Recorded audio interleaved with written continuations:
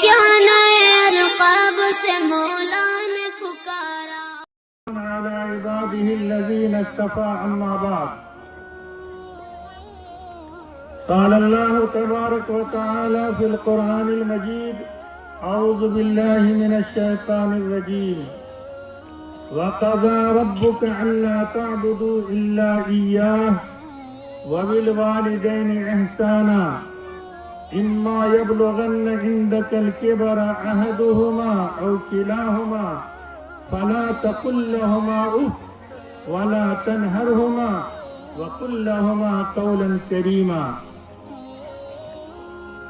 محترم سامعین کرام، پردہ نشی خواتین اسلام، ابھی آپ کے سامنے جن آیت کریمہ کی تلاوت کی گئی، اس آیت میں اللہ تبارک و تعالی دو چیزوں کا حکم دے رہے ہیں. سب سے پہلے تو یہ سمجھ لیا جائے کہ ہماری زندگی میں ہمارے اوپر دو حقوق ہیں اور دونوں کا ادا کرنا ضروری ہے. اس آیت میں دونوں حقوق کا ذکر اللہ نے کیا ہے. ہم انسان ہیں، ہم اللہ کے بندے ہیں، اللہ کی دی ہوئی ساری چیزوں سے فائدہ اٹھاتے ہیں. اللہ نے ہمیں پیدا کیا ہے، ہمارے ہی لیے اللہ نے ساری چیزوں کو بنایا ہے. تو بندگی کا تقاضا یہ ہے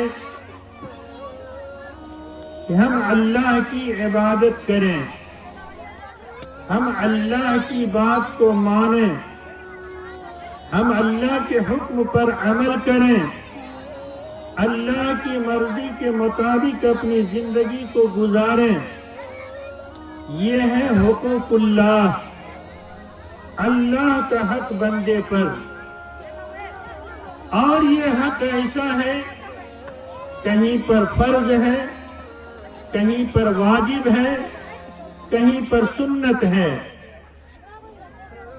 لیکن اللہ کا حق ہے بندے پر، بندگی کا تقاضا ہے اس حق کو ادا کیا جائے. دوسرا حقوق العباد، ایک بندے کا دوسرے پر حق. اللہ نے اس آیت میں والدین کا ذکر کیا ہے. حقوق العباد میں سب سے اہم حق اولاد پر ماں باپ کا ہے. آیت کا ترجمہ یہ ہے: وَقَضَى رَبُّكَ أَلَّا تَعْبُدُوا إِلَّا إِيَّاهُ. اے لوگوں، تیرے رب نے یہ فیصلہ کر دیا ہے، تیرے رب کا یہ حکم ہے کہ تم اللہ ہی کی عبادت کرو. یہ ترجمہ سمجھ میں آ رہا ہے؟ ایک ہے اللہ کی عبادت کرو، اور کی بھی عبادت کر سکتا ہے. اللہ نے اس آیت میں فرمایا کہ اللہ تعبدوا الا ایہ، کہ تم صرف اللہ ہی کی عبادت کرو.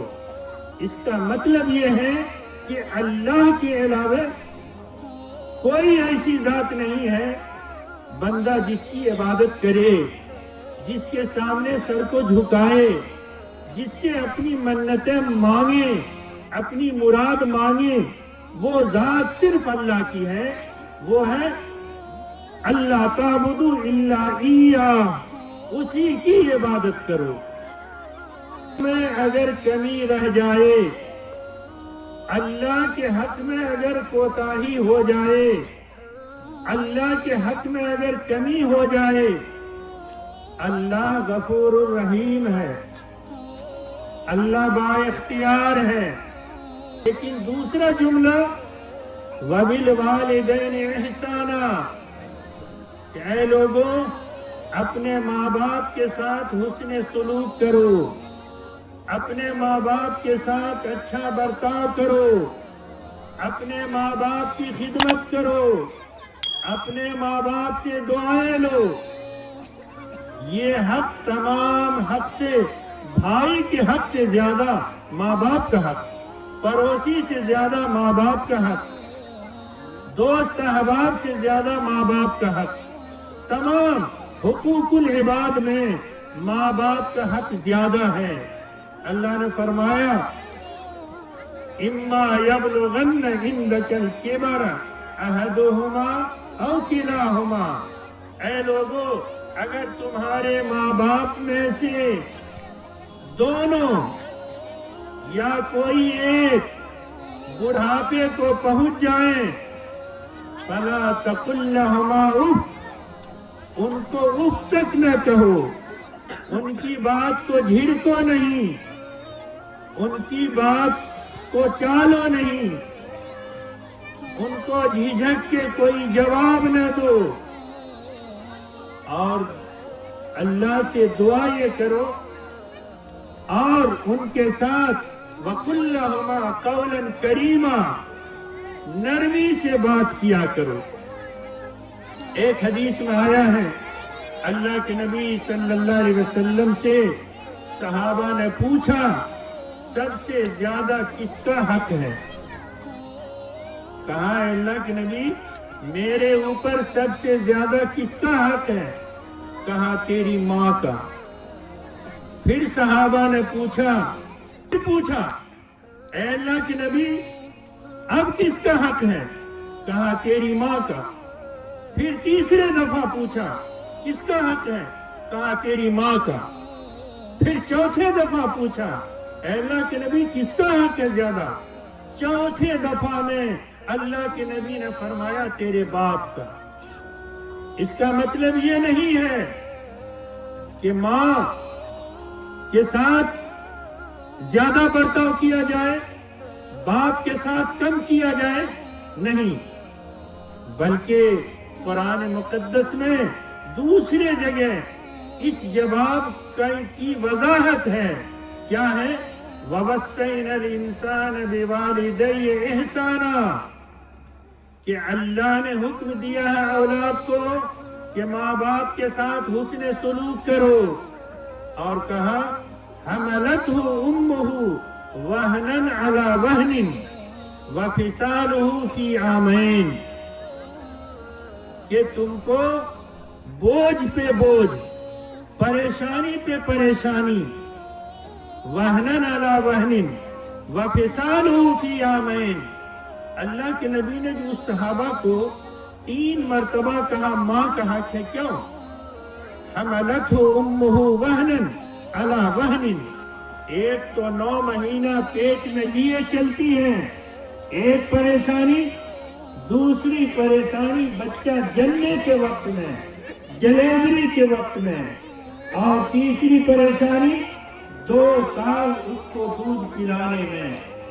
اس لیے اللہ کے نبی نے 3 دفعہ فرمایا کہ تیرے ماں کا حق زیادہ ہے، اور یہ بھی فرمایا کہ ماں کے قدموں کے نیچے جنت ہے اور باپ اس جنت کی چابی ہے.